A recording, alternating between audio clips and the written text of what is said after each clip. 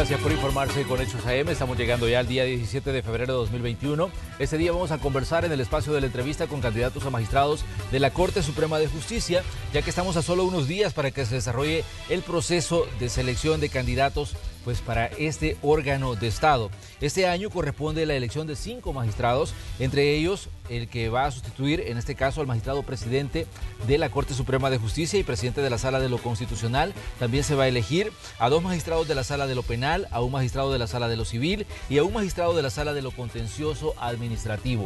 Como decíamos, estamos ya a solo unos días para que se desarrolle esta selección, que es tan importante para el país, porque hablamos del funcionamiento de un órgano de Estado. Un tercio de ese órgano es la que se va a designar de parte de la Asamblea Legislativa, pero ¿quiénes compiten? ¿Cuál es la visión que tienen de la Administración de Justicia en El Salvador? Pues de eso vamos a hablar hoy aquí en el espacio de la entrevista. Saludamos de inmediato a nuestros invitados de esta mañana. Está con nosotros Jaime Campos. Jaime, buenos días, un gusto que nos acompañe. Buenos días, Manuel. Igualmente un saludo para toda tu teleaudiencia y un cordial saludo, en especial a la comunidad católica que hoy inicia la Cuaresma. También saludamos a Ricardo Ernesto Tablas Olivares. Ricardo, pues un gusto saludarlo y recibirlo en este espacio. Buenos días, un gusto de estar por acá. Y también está con nosotros Francisco Díaz. Francisco, pues un gusto que nos acompañe, un gusto saludarlo y un gusto verlo. Muchas gracias, igualmente, gracias por la invitación. Bueno, comencemos hablando de cuál es el diagnóstico que tienen ustedes del órgano judicial, su funcionamiento y, digamos, de qué tienen... ¿Cuál es la visión que tienen de la Administración de Justicia en El Salvador? Francisco. Bueno, lamentablemente la Administración de Justicia no goza del mejor prestigio. De acuerdo a encuestas recientemente publicadas, tiene poca credibilidad por parte de la sociedad. Nosotros pensamos que es necesario superar todo eso y hay que hacer para ello varios esfuerzos.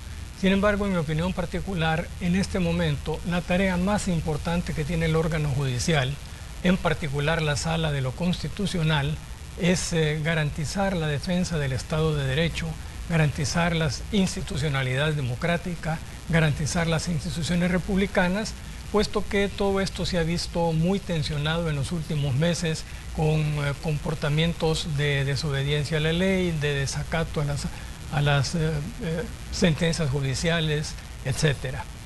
Pensamos entonces que hay que trabajar en eso, pero también, y por la pregunta o el señalamiento que usted hacía,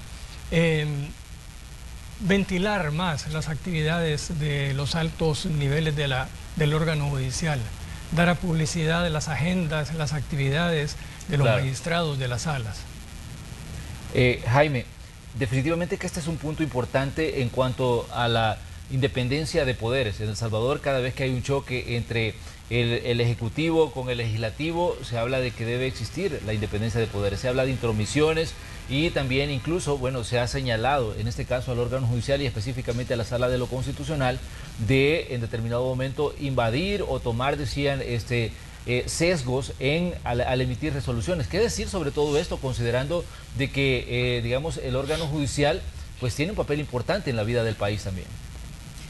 Yo me refiero a esta encuesta que señala Francisco, es la encuesta de evaluación 2020 de las instituciones en El Salvador, en el que la Corte Suprema de Justicia sale evaluada apenas con un 6% de confianza de la ciudadanía y un 44% de los entrevistados manifestaron que en la Corte Suprema de Justicia hay mucha corrupción. Este indicador creo que despierta cualquier alerta, porque es importante que en este sistema de frenos y contrapesos del sistema democrático salvadoreño, las instituciones gocen de confianza. Si no se tiene una buena reputación, difícilmente yo puedo como institución cumplir mi mandato, cumplir mi misión. En ese sentido, creo que la Corte Suprema de Justicia necesita una renovación, lo digo sin ambajes. Definitivamente creo que la pandemia asimismo nos ha hecho mirar hacia otro lado, seguramente al uso de las tecnologías de la información y sobre todo a la transparencia. Muy bien, Ricardo, ¿qué dice usted sobre el funcionamiento del sistema judicial en el país? Ya decía, pues hablaban las otras personas que están acompañándonos junto a usted de las situaciones que se le atribuyen, en este caso, al órgano judicial y su funcionamiento. El órgano judicial no de ahorita, sino que históricamente ha dejado un gran vacío en la función que la Constitución le encomienda. Básicamente, el órgano judicial es encargado de prestar el servicio justicia. Y el servicio justicia es un servicio fundamental para el desarrollo de cualquier pueblo, porque el Estado se fortalece en la justicia y se afirma en la justicia, no se afirma en la arbitrariedad. Esa ausencia o esa carencia de un servicio generalizado de calidad relevante para los ciudadanos hace que las situaciones de conflictividad que se dan en todos los ámbitos de la vida se desarrollen en formas virulentas, bárbaras y primitivas. Y eso no permite el desarrollo del país. Nunca vamos a poder establecer o tener un país, el país que deseamos, el país que dé los beneficios que nosotros merecemos y queremos, a menos que lo sustentemos sobre un servicio de justicia sólido, institucional, sostenible y permanente. Muy bien, hablemos de un principio que está plasmado en, digamos, en el funcionamiento del sistema judicial, la pronta y cumplida justicia. Francisco, ¿se cumple este principio en El Salvador de acuerdo a lo que tenemos en este momento en el órgano judicial? No, lamentablemente no podemos hablar de que se cumpla esa justicia cumplida y pronta y ágil. Es más, hay un adagio que dice que justicia tardía no es justicia. En esto incide por una parte el sistema procesal, que aunque ha evolucionado y ahora es mayormente verbal que escrito como era antes, todavía necesita de mayores avances.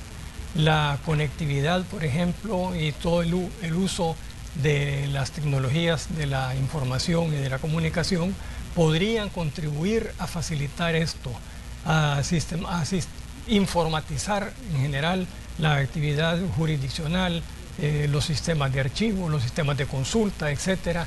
Todo eso contribuiría ciertamente, pero no podemos ocultar que con gran frecuencia los fallos judiciales tardan demasiado de cara a las necesidades de la población y de las necesidades del país en su conjunto.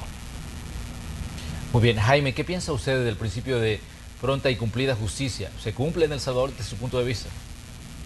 Mira, definitivamente no se cumple. Quienes hemos estado como litigantes en el ejercicio de la profesión nos damos cuenta que los plazos procesales no se cumplen. Pero más allá de una experiencia en particular, creo que es importante como país tomar en cuenta diferentes indicadores internacionales.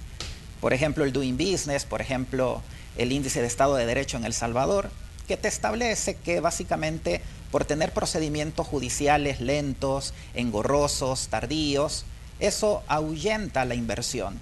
Es decir, no es el mejor clima de negocios si El Salvador quiere potenciarse y generar un verdadero clima de negocios en el que una persona quiere invertir en el país y se encuentra con un sistema judicial prácticamente obsoleto en cuanto a procedimientos, en cuanto a tiempos. Eso aleja la inversión, la desalienta. En ese sentido, como te dije en la anterior intervención, creo que es importante que el órgano judicial le apueste a los sistemas, al fortalecimiento de los sistemas de informática, de comunicaciones y de publicidad. Por supuesto, hay que saber cómo hacerlo, ¿no? O sea, tú tienes primero que medir los procedimientos para luego mejorarlos. No se puede mejorar si antes no se mide. En ese sentido, hay experiencias previas en otras instituciones en El Salvador que ya están implementando sistemas de gestión de casos, herramientas o plataformas electrónicas para la mejor resolución y oportuna de las controversias. Muy bien, Ricardo, ¿cuál es su visión sobre este principio que decíamos está plasmado en el funcionamiento mismo del sistema judicial? La falta de uniformidad en la calidad requerida, tanto en el fondo de las decisiones como en el tiempo de las decisiones, hace que tengas resultados que no son uniformes y que en realidad dependen de cada tribunal. Entonces, es necesario, como decía Jaime, establecer estándares de tiempos, establecer estándares de calidad de las resoluciones que garanticen un nivel de servicio. Y a partir del establecimiento de esa estandarización, entonces será posible mejorar esa calidad, estableciendo procedimientos idóneos que permitan elevar el nivel de servicio a nivel generalizado. Muy bien, Jaime, en los últimos días se ha hecho una serie de cuestionamientos a la Federación de Asociaciones de Abogados y respecto a que no está legalmente inscrita, de que la elección que se va a desarrollar no tendría validez, que puede ser impugnada. ¿Qué dicen ustedes de todo lo que se ha dicho en cuanto a la organización de este proceso de selección de las ternas de candidatos pues, a magistrados de la Corte Suprema de Justicia, considerando, digamos, que la Federación es en este caso la encargada de organizar todo esto? Sí, es cierto, han habido inconformidades de parte de algunas asociaciones de abogados que incluso han presentado hasta un aviso en la Fiscalía General de la República. Creo que dentro de todo procedimiento pueden existir inconformidades, las cuales naturalmente tienen que ser resueltas y conocidas por las instancias correspondientes. Desde el momento que yo estoy participando en este proceso de elección es porque confío en él, en su transparencia y naturalmente pues cualquier diferencia o cualquier inconformidad, como te mencioné, debe ser resuelta por las autoridades correspondientes. Muy bien. Ricardo, ¿qué piensa usted de estos cuestionamientos que han hecho estas asociaciones de abogados, estos grupos que aseguran que pues, la elección que se va a desarrollar no tendría la validez y la transparencia que se necesita? Coincido con Jaime, existen las instancias correspondientes, existen los recursos adecuados para dilucidar esta cuestión. No es un tema que se resuelva por la ciudadanía, es un tema que se resuelve a través de los procedimientos que existen. Esto es particularmente verdad en procedimientos en los que participan abogados. Por lo tanto, que resuelvan las entidades los extremos o las pruebas que estas asociaciones tengan. No se vale intentar demeritar un proceso a través de medios de comunicación si yo no logro en las instancias correspondientes probar mi caso. Eso desdice mucho de los abogados. Muy bien, Francisco, por años se ha hablado de la injerencia que tiene en este tipo de procedimientos la política.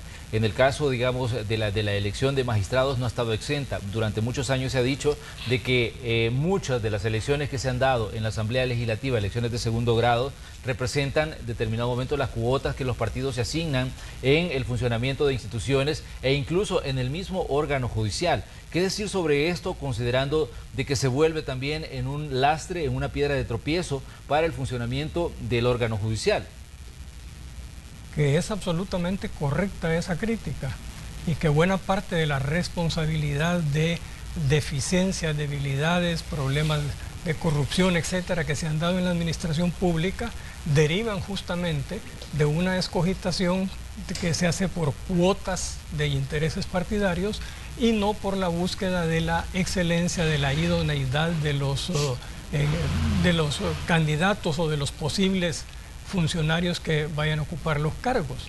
Yo creo que esa es una deuda muy importante que tienen los partidos políticos, pero no el sistema democrático como se quiere hacer ver y entonces arremeter con todo.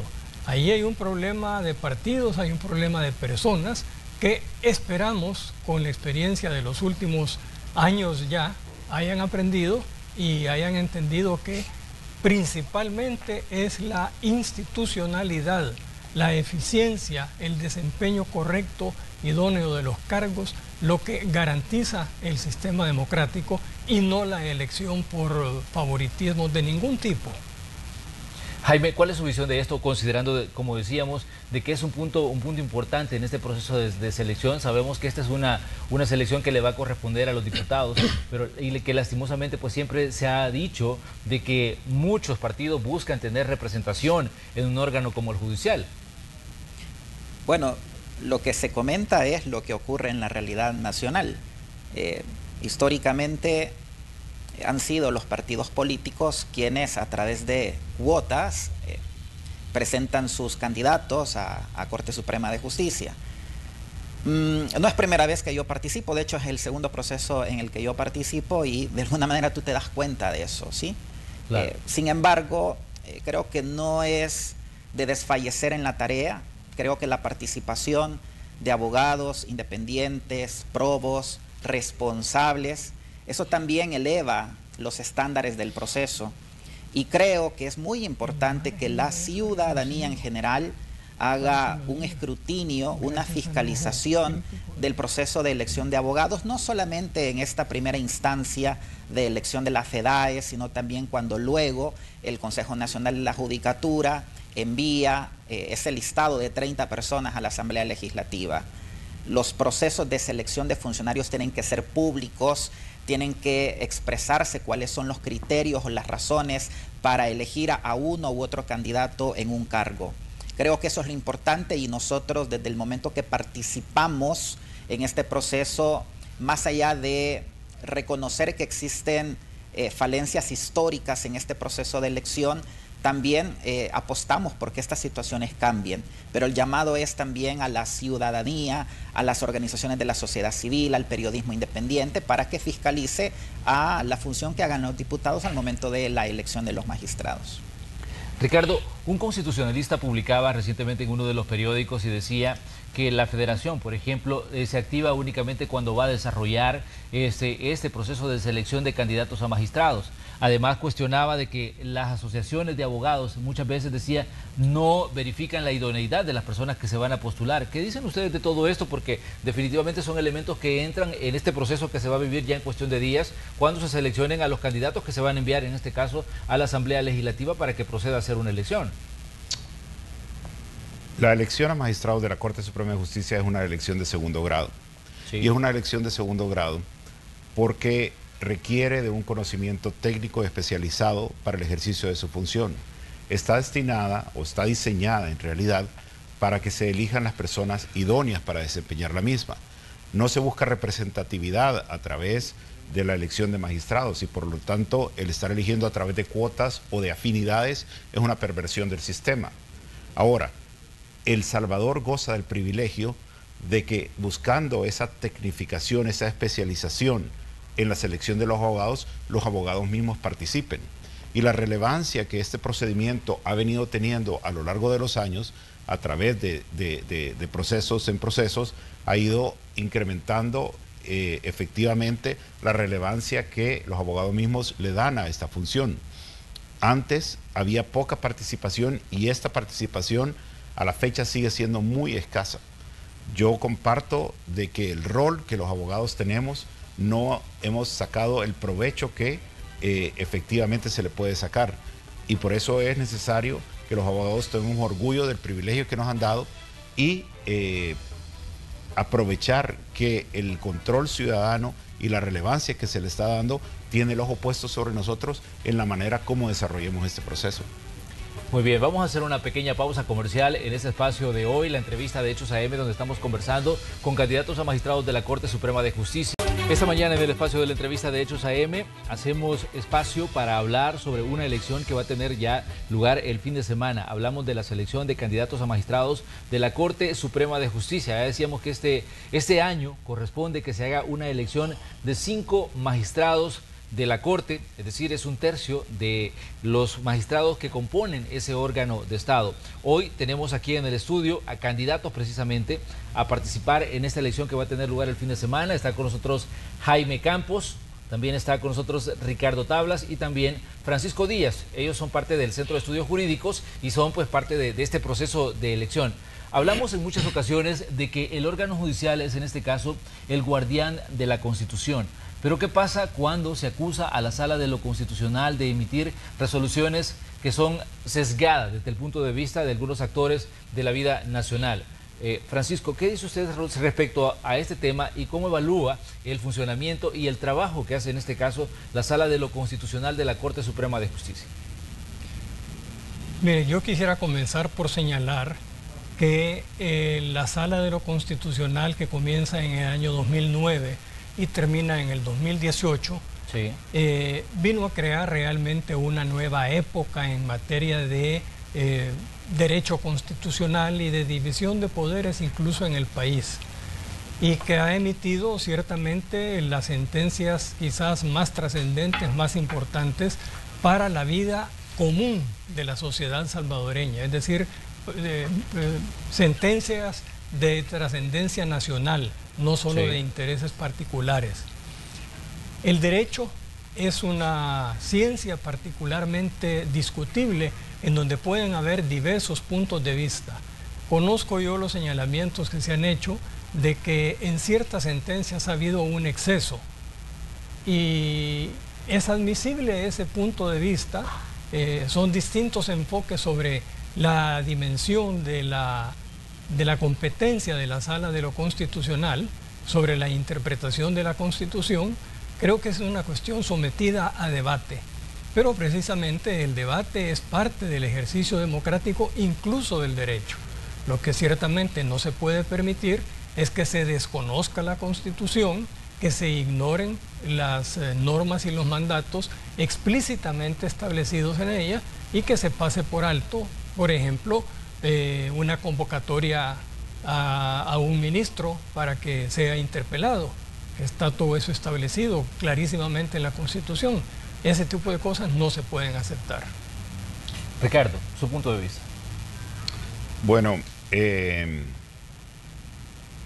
la Sala de lo Constitucional evidentemente tiene un rol muy importante que, tal como lo decía el doctor Díaz, ha ganado relevancia, y no tanto relevancia en que ha cambiado mucho la jurisprudencia, porque la verdad es que la variación en los criterios jurisprudenciales que la sala anterior, la anterior a la actual, tomó, no son sustancialmente muy distintos de lo que históricamente ya la sala venía resolviendo. Claro. Es un tema de actitud frente a la resolución oportuna y valiente de los temas importantes y de las decisiones que el país demanda en cierto momento. Entonces, actualmente la sala también ha tenido un rol importante en la vida política del país. Yo creo que es importante que entendamos que lo único que logra detener que una democracia se degenere en una oclocracia y que se pervierta, volviéndose el gobierno de la muchedumbre y no un Estado de Derecho, es precisamente el rol independiente y valiente de la Sala de lo Constitucional.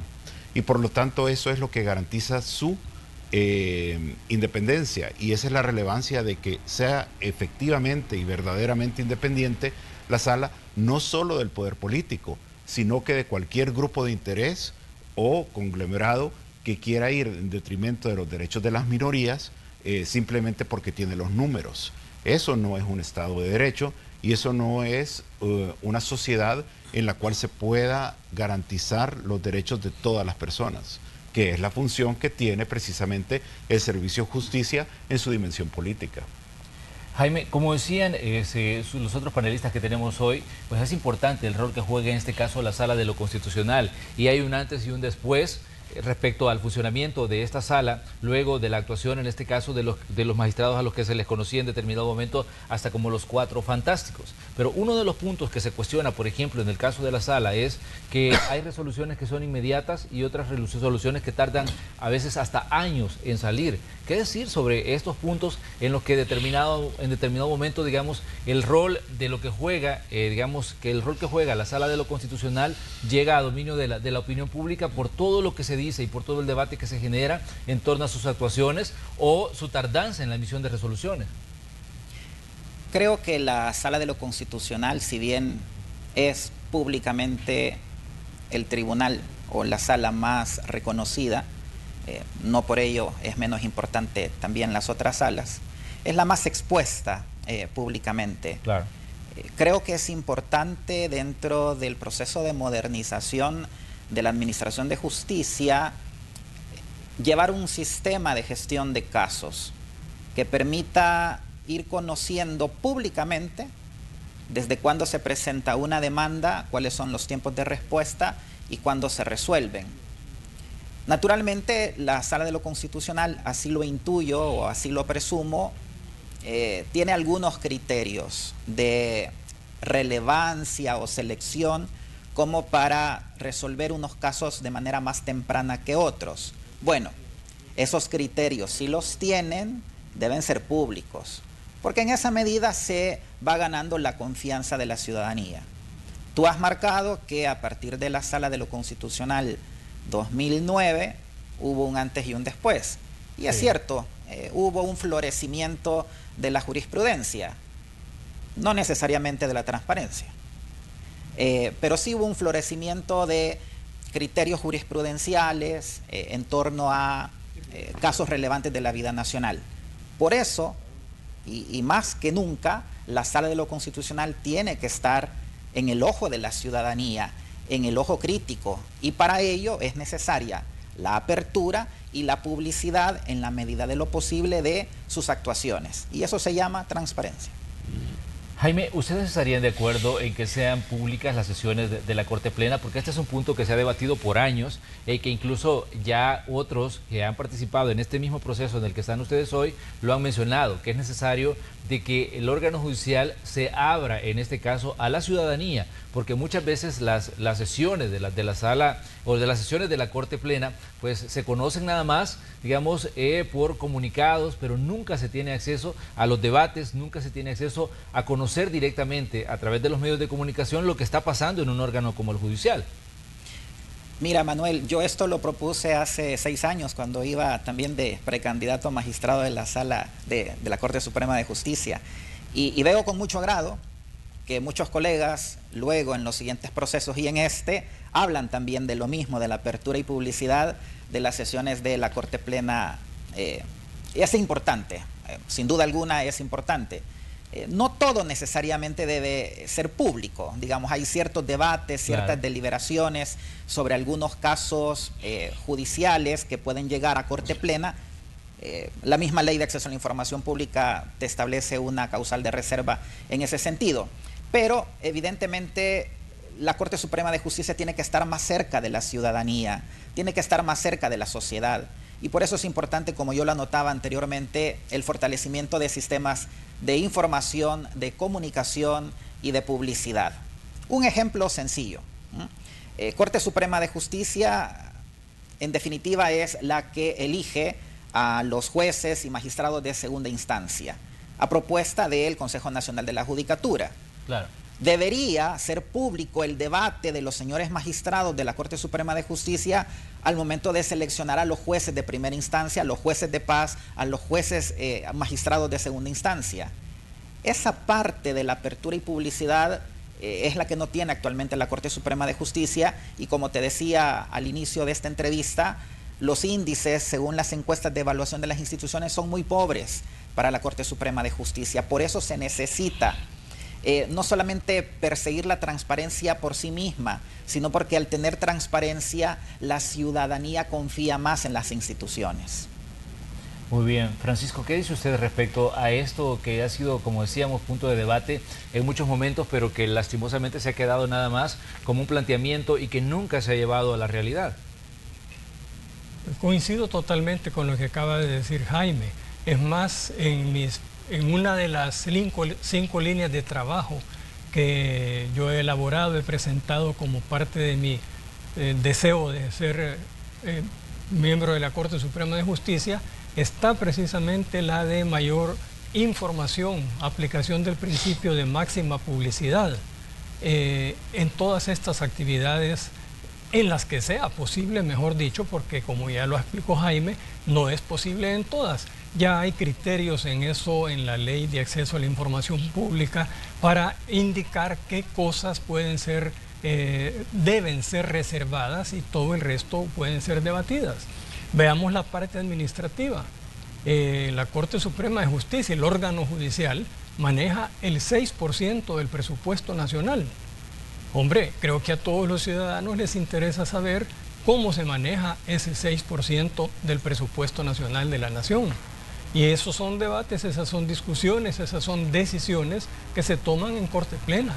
Entonces, ese tipo de cosas tendrían que estar a la vista del público. Yo sí enfatizo en eso, el principio de máxima publicidad es el que debe aplicarse, reservándose la confidencialidad para aquellas situaciones, aquellos juzgamientos, aquellos análisis de casos en donde la misma naturaleza del hecho exige esa reserva. Ricardo, ¿qué dice usted sobre esto? ¿Se deberían abrir las sesiones de Corte Plena? Usualmente la transparencia se asocia a la posibilidad de control, a la auditoría ciudadana sobre el desempeño de determinado órgano, y está bien, efectivamente, esa es una esfera. Pero en este campo existe una esfera que yo considero igual o de mayor importancia respecto de la publicidad, y es el elemento de difusión del conocimiento jurídico que es tan necesario en este país, porque solo en la medida en que se conozcan los principios, los elementos, los criterios que son relevantes para la formación y el sostenimiento y el desarrollo de un Estado de Derecho, solo en esa medida podemos elevar el nivel de vida que tenemos basado en la justicia. Importante es, y digamos es un paso, que se transparenten y que se conozcan las discusiones de la Corte Pleno. Yo creo que sí, efectivamente está bien, es necesario, ayuda al control, ayuda a la difusión, pero es muy poco. O sea, es necesario que se tenga conocimiento del desempeño del órgano judicial en su conjunto, y para eso hay que establecer indicadores de medición, de gestión y de resultado, poder comparar cómo es el desempeño de cada tribunal con respecto a todos los demás. Establecer, por ejemplo, indicadores que te digan cuántas de las resoluciones de un juzgado son adversadas o anuladas en la instancia superior, qué tribunales se tardan en resolver y cuáles no. Que el gremio de abogados y la ciudadanía en general sepa quiénes son los buenos jueces y quiénes no lo son, pero de acuerdo a criterios objetivos, y que haya un seguimiento de esto y que esto sea del conocimiento público. Solo en la medida en que la ciudadanía se apropia de su justicia, solo en esa medida el enfoque de esfuerzos y la posibilidad de que se tengan metas concretas va a hacer que tengamos un mejor desempeño como país. Un punto importante en toda la discusión del funcionamiento del sistema judicial es la Oficina de Probidad de la Corte Suprema de Justicia. ¿Cómo ven ustedes esta situación? Porque en la opinión pública sabemos que la Oficina de Probidad es uno de los digamos, elementos importantes en la lucha contra la corrupción. En los últimos años se ha debatido mucho respecto al rol que está jugando y si el órgano judicial ha fortalecido lo suficiente la Oficina de Probidad de la Corte Suprema de Justicia. Sabemos que dentro de la Oficina de Probidad ha habido quejas incluso de la gran cantidad de trabajo que se tiene y la poca capacidad que se tiene de maniobra para que los procesos sean mucho más expeditos. ¿Qué decir sobre esto? Considerando que si ustedes llegan a la Corte Suprema de Justicia en determinado momento van a tener que ver y conocer el funcionamiento, digamos, en este caso del órgano judicial y la visión que se tiene del funcionamiento de Probidad. Jaime. Mi visión para la Corte Suprema de Justicia es convertirla o posicionarla, cuando menos, en una institución líder en el combate a la corrupción. Y esto lleva necesariamente a el fortalecimiento de ciertas unidades administrativas de control, como la sección de probidad, el Departamento de Investigación Judicial y la sección de investigación profesional. En el caso específico de la sección de probidad, han existido esfuerzos anteriormente, sobre todo con ayuda de cooperantes internacionales, para fortalecer la unidad. Creo que ese esfuerzo hay que continuarlo y hay que gestionar, además, el interés de cooperantes internacionales para el fortalecimiento de la sección de probidad. Se ha escuchado, por ejemplo, del sinnúmero de declaraciones de patrimonio, tanto de inicio como de cese, que son presentadas, y de algunos criterios que tiene la sección de probidad para seleccionar algunos casos, sobre todo en virtud de la relevancia de los cargos o del tiempo transcurrido. En definitiva, creo que es importante dotar a la sección de probidad, de una independencia funcional y técnica, proveerles los recursos materiales y humanos necesarios para cumplir su labor, y necesariamente tiene que pasar por la automatización de sus procedimientos. No se puede estar de una manera artesanal resolviendo cada declaración de patrimonio, sino que tiene que haber un sistema electrónico que permita la automatización del procedimiento y detectar alertas en cuanto a funcionarios que no han presentado la declaración o las auditorías financieras que se realizan. Creo que eso es importante, pero eso únicamente se va a lograr en la medida que los magistrados de la Corte Plena tengan el suficiente compromiso y el apoyo a esta sección de probidad. Francisco, ¿qué dice usted sobre el funcionamiento de probidad? La sección de probidad ha tenido una historia bastante complicada. Para empezar, tiene una ley ya absolutamente antigua, de 1959, si yo mal no recuerdo. Ha cambiado tanto y ha crecido tanto la administración pública que ya esa ley le queda francamente apretadísima como camisa. Prácticamente se desconocía en los últimos, hasta hace cierto tiempo, la existencia misma de la sección de probidad. Tuvo un rejuvenecimiento cuando estuvo el licenciado José Eduardo Pino Cáceres, que puso en su sitio muchas cosas, que propuso una nueva ley y parecía que aquello iba creciendo, hasta que se le exigió información bancaria a la canciller de aquel momento, me parece. Me refiero a la canciller de la administración de Francisco Flores. Sí. Y la Corte Plena tomó la decisión de decir que la sección de probidad no tenía autoridad para preguntar sobre ese tipo de información. Eso fue un golpe de knockout, como se podría decir, a la sección de probidad, y la mantuvo de muy bajo perfil. Cuando entra a la sala ya identificada como la de los Cuatro Fantásticos, volvió a tener un nuevo periodo de presencia y de validez. Y ahí está, ahora es una de las instituciones sobre las cuales nos preocupamos todos los abogados y todos los ciudadanos que buscamos que exista transparencia, y que está exigida en este momento, como ya se ha dicho acá, de una tecnificación, de una actualización, de mayor independencia para que pueda actuar libre de toda atadura y pueda hacer su trabajo de manera técnica e imparcial. Muy bien. Ricardo, ¿qué dice usted sobre esto? Porque, como decíamos, la mayoría de ciudadanos hemos conocido, a partir de los debates que se han dado sobre el trabajo y la importancia que tiene la sección de probidad en la lucha contra la corrupción. La sección de probidad recibe las declaraciones patrimoniales de entrada, de salida o de modificación de los funcionarios públicos, de todos los funcionarios públicos, y lleva a cabo investigaciones de enriquecimiento ilícito. Pero la sección de probidad se gasta la vida revisando estas declaraciones. Claro. O sea, es tal la cantidad de declaraciones que hay en un trabajo, como decía Jaime, artesanal, que en realidad es un uso sumamente ineficiente de los recursos humanos y técnicos que ahí existen.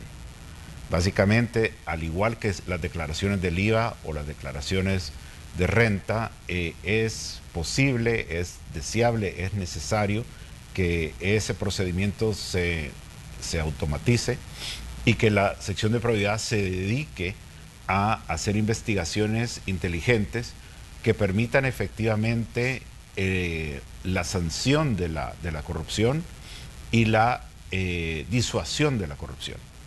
En la medida en que tengamos una sección de probidad eficiente que logre tempranamente, no cuando ya pasaron 10 años, ya cuando está a punto de prescribir, cuando el dinero ya no está, ¿cómo es que se llama? Sino que logre tomar acción oportuna en el momento en que se está dando el acto de corrupción.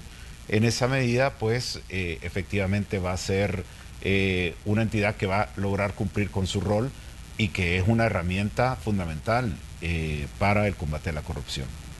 Hay otro punto importante que me gustaría conocer su punto de vista, y es el hecho de la cantidad de jueces que están siendo investigados o que tienen procesos abiertos dentro de la misma Corte Suprema de Justicia. Se ha dicho de que son pues cientos de jueces los que tienen expedientes, algunos con fundamento, otros sin fundamento, pero que hay, digamos, todo un proceso en contra de mucha gente que se encarga de administrar justicia en El Salvador. Y en muchos momentos se ha recriminado a la Corte también el retraso que hay en ese proceso de depuración que tendría que hacerse constantemente. ¿Qué dicen ustedes, Jaime, sobre este punto en específico, considerando que son los jueces parte, digamos, del contacto directo con el ciudadano y con la visión que tiene, en este caso, el salvadoreño sobre la administración de justicia en El Salvador?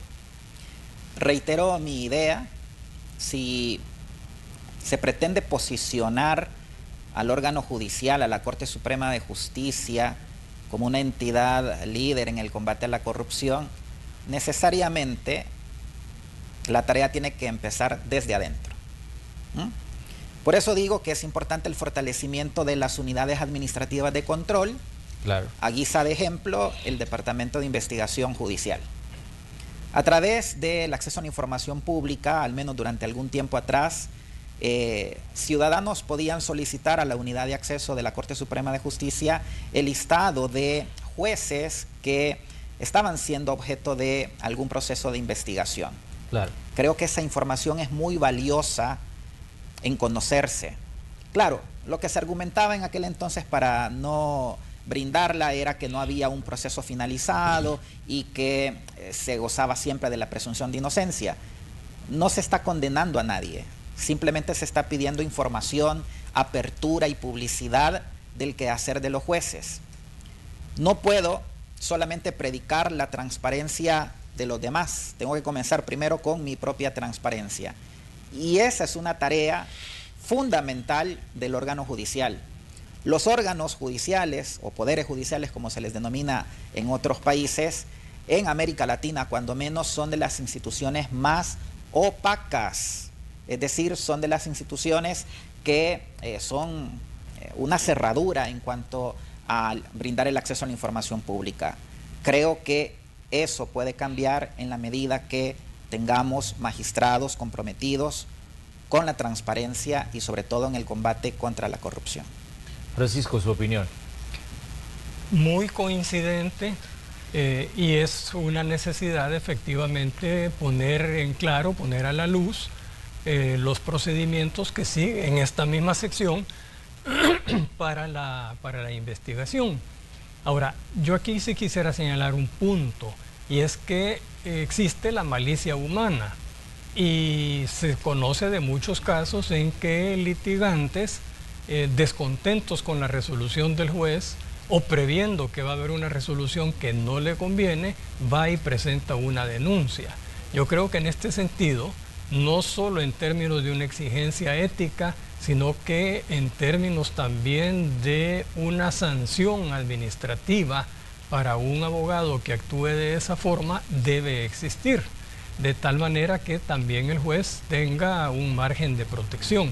Ahora, es absolutamente necesario agilizar, modernizar y publicitar los procedimientos que aplica tanto la sección de investigación profesional como la sección de investigación judicial.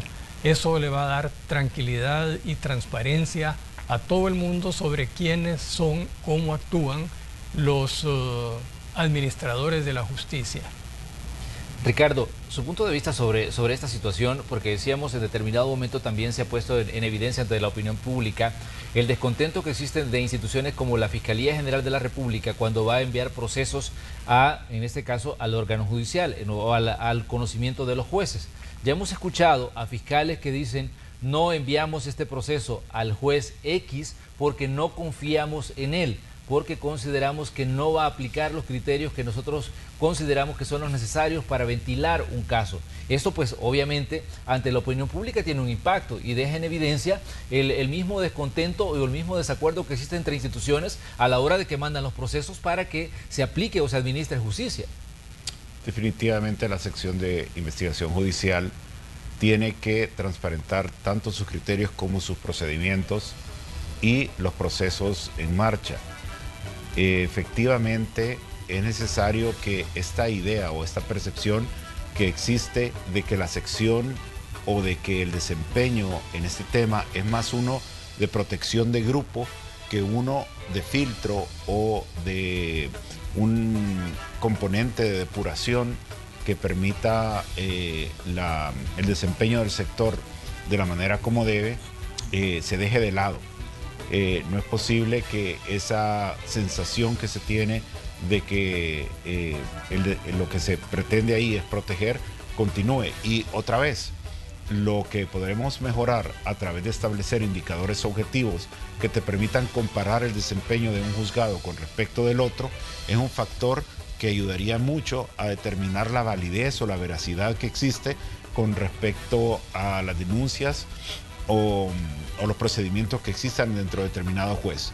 Si un juez reiteradamente se muestra deficiente y tiene un cúmulo de deficiencias, pues evidentemente ahí hay un problema que obligaría a actuar y a depurar a sus miembros al órgano judicial.